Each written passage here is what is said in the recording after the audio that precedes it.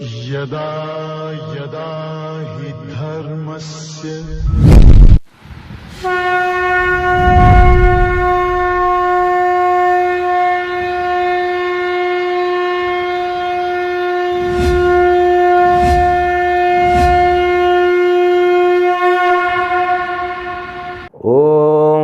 ब्रह्मादिभ्यो ब्रह्मविद्या संप्रदाय कर्तृभ्यो वंशऋषभ्यो महद्भ्यो नमो गुरुभ्यः सर्वोपप्लवरहित प्रज्ञान घन प्रत्यगर्थो ब्रह्माहमस्मि सोहमस्मि ब्रह्माहमस्मि।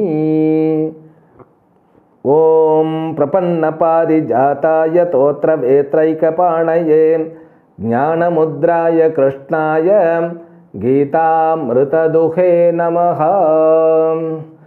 My best wishes and paripurna ashirvadam. May the Almighty Shri Lord Venkateshwara bestow all kinds of prosperity, health, wealth and eternal happiness with paripurna Lakshmi Katakshams to you and your entire family members and friends.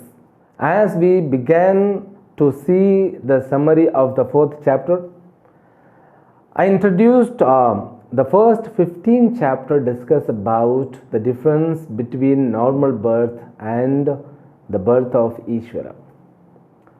And the main difference is karma phala and there is no karma phala. The normal birth is caused by karma phala. Because the jivas, we are endowed with ignorance. This is a shastric language. Sometimes, mind is deviated from the shastric language. Vedic language, when we bring Maya, Karma Phala, Papa and Punya. So normally this era people, the present people, they are not attracted by these words. They are attracted by the Westerner technical terms. But that's their personal life. We don't say anything. But these words, you have to have the patience when you hear. Avatara is the word. It is given only in our Sanatana Dharma. In all other dharmas, they speak only Devaduta, messenger of the God. Here, there is no messenger of the God. Here it is said, as the God itself, he comes down. The normal birth is equal to falling down into the well. Because karma phalas, they pull us towards birth and death.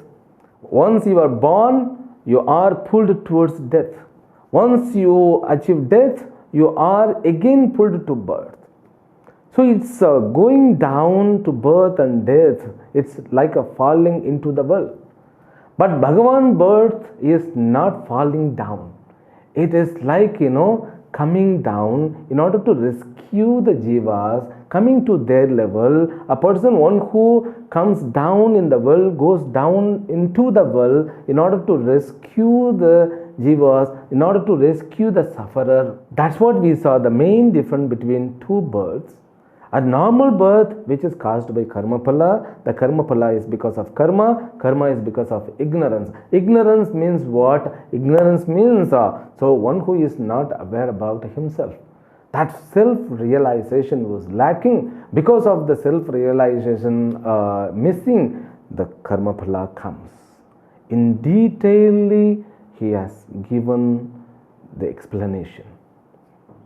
Then God's birth, which is known as Divyam Janma, Divyam Karma. So he also comes as the blood and flesh human being, like Lord Ram, who has become as a human being alone. For the other people who lived with Ram, so many people even they didn't know the secret of birth of Rama. Even Dasharatha, he was not aware. Therefore, he was crying when Rama departed to forest. So, being a father of a God who is nothing but Avatara, if he would have known that, he would have not worried. That's what Dhritarashtra's karma phala is.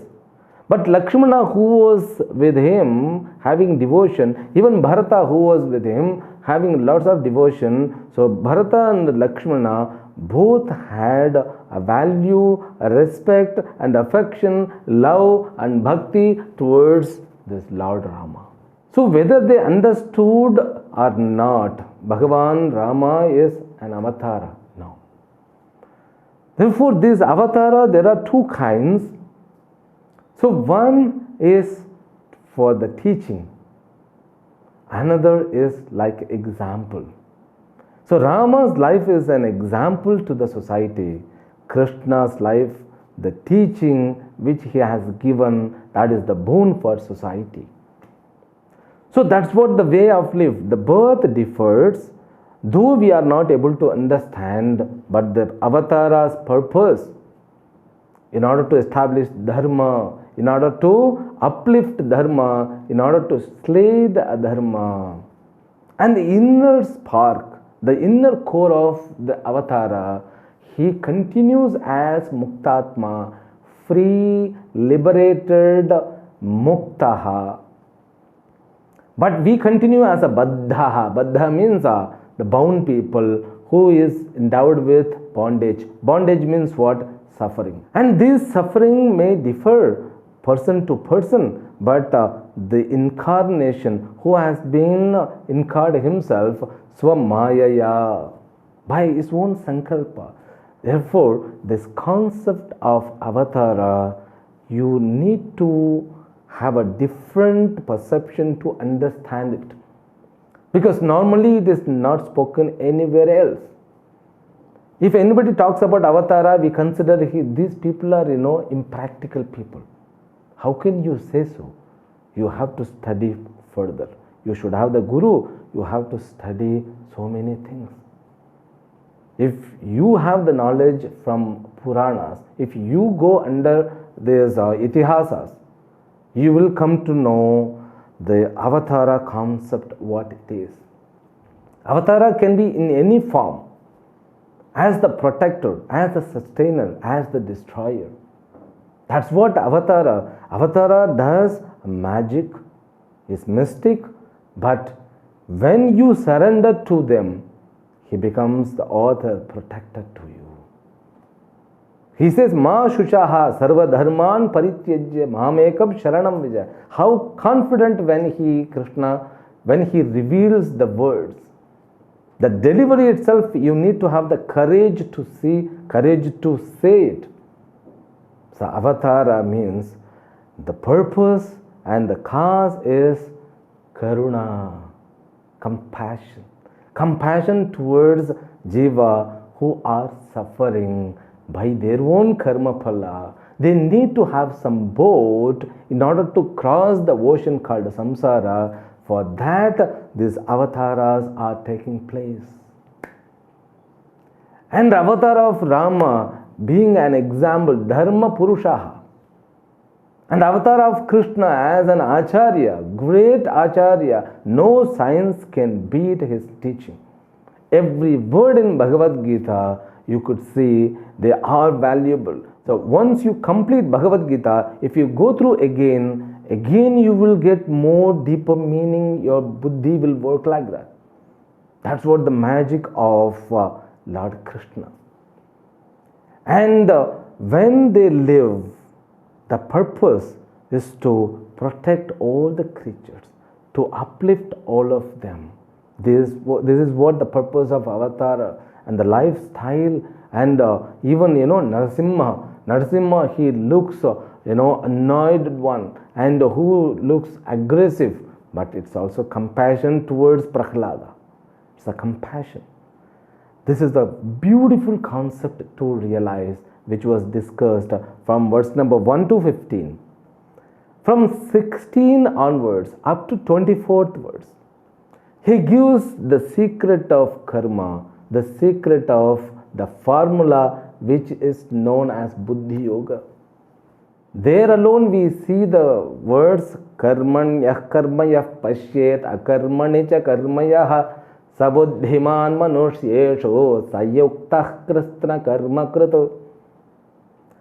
Because the avatara God himself says, I don't have any karma phala. I am Mukta Purusha. You can also come up to my level. You can also find yourself equal to me if you follow this formula. So when you get the ability to see akarma in the karma, which we discussed in very detailed way. So seeing akarma in the karma means seeing Brahman in the Srishti. Seeing Brahman everywhere, identifying yourself with Brahman, you become one with all the difference.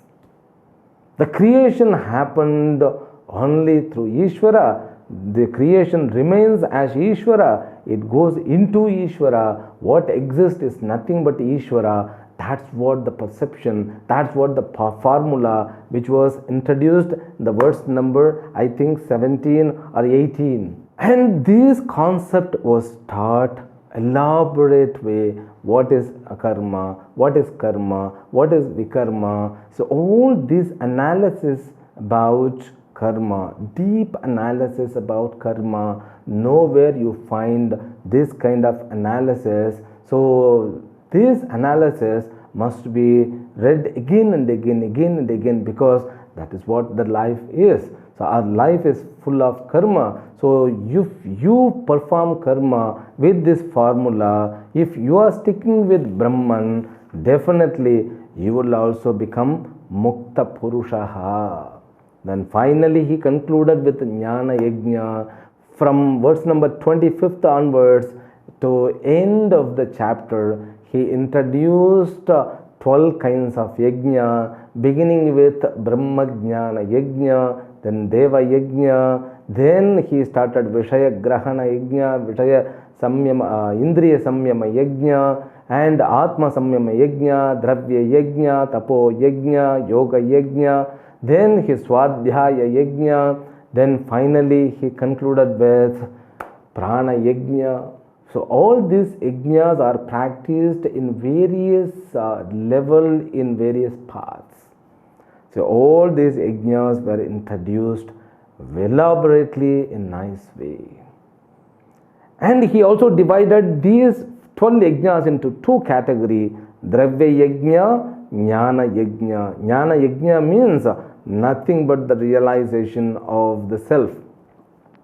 Vedanta Shravana Manana Nididhyasanam, to listen to a guru, to listen to a shastra, to study shastra, to analyze the shastra, to inquire the shastra, and finally to meditate, to become one with the knowledge which is observed from the shastra.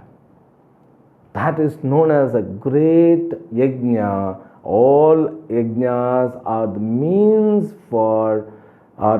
to get the maturity for these yajnas.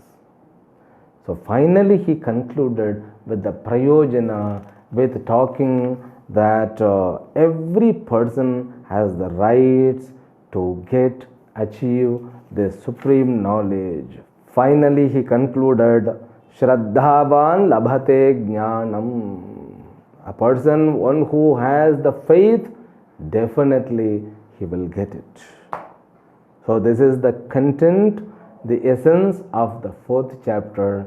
So this 4th chapter is the main chapter where we find the topic of avatara, topic of Brahma Jnana Yajna. In the 4th chapter alone, you can learn the formula how to get rid of karma phala. Still you can continue in Grihasthashrama as the householder, being inner sannyasi. It's a beautiful chapter which was completed by the grace of Lord Krishna alone. We are entering now into 5th chapter. Let us begin with the first verse. Arjuna uvacha sannyasam karmanam Krishna Punaryogam cha samshasi yachreyaetayorekam tanme bruhi sunishchitam. Now in the 4th chapter, Krishna spoke about inner sannyasa. Being a householder, you can give up the karma phala, but you can continue with karma. So that's the formula. When you learn about sannyasa, the inner sannyasa to be observed first. Then outer sannyasa, it may or may not be in your life is possible, but inner sannyasa is the supreme one. After describing about inner sannyasa, now the topic comes about outer sannyasa. So outer sannyasa means bhakya sannyasa or karma sannyasa means dropping all the duties. Dropping all the duties which was made as decision by Arjuna. But Krishna denied, you are not eligible for that. Now he has given the core of how to become inner sannyasi. Now he has the duty to explain what is Bhakya means karma sannyasa is. Therefore, he is beginning with Arjuna Uvacha, the question from Arjuna, because Vyasa, whenever he wants to create our mentality to make us to in a proper, appropriate mentality or state of mind, he is bringing that. So Vyasa, in order to make us to set a proper mentality for the subject matter, he brings from Arjuna. Arjuna Uvacha, Arjuna said, Karmanam sannyasam Krishna punaha yogam sa samshasi. You prize both. You talk about the giving up karma phala and you also talk about sannyasa. You prize both. So in between these two, which is the supreme one, please let me know. In simple way, you are talking about karma sannyasa and you are talking about even inner sannyasa, karma phala tyagaha. So what is the difference in between these two? Bhagavan comes, Shri Bhagavan Uvacha sannyasah karma yogascha nishreyasa karavu bhau tayost karma sannyasat karma yogo vishishyate. This is the teaching of Sanatana Dharma. In India, we have to be taught what is sannyasa. That's your personal choice to become sannyasi or to become non-sannyasi. That doesn't matter. There is a lifestyle. The lifestyle in which a person lives after giving up everything. Can you imagine that? So sannyasi means what? Is there a lifestyle? So a person who gives up everything, who gives up the family, who gives up all kinds of duties, who gives up this selfishness. So all things are given up. After giving up, there is a lifestyle that lifestyle must be realized. Otherwise what? You will lead yourself in wrong way.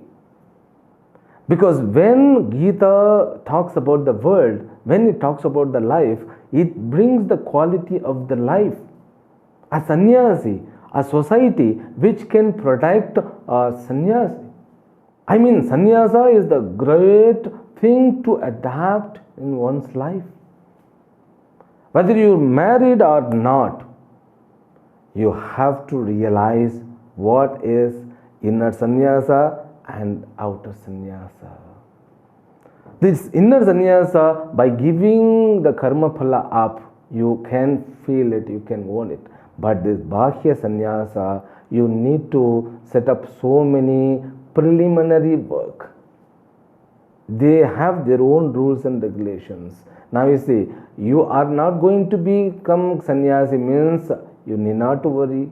Or if you want to become sannyasi means you will also gain the knowledge. But studying this chapter is very important because this is set as the final goal, supreme goal of our Sanatana Dharma. Therefore, sannyasa is respected by our Shastra. Sannyasa is renounced by, and not only that, sannyasa is prized like anything. By saying this, I'm not suggesting you to become sannyasi. No. Sannyasa means to be understood. In the society, we have so many characters, but sannyasa, we also fix it also is a character. Because, let me say, sannyasa is not a field. It's not like a doctor, a lawyer, engineer, or a carpenter, or an artist. So, this sannyasi is not one among them. Okay, the sannyasa is not understood.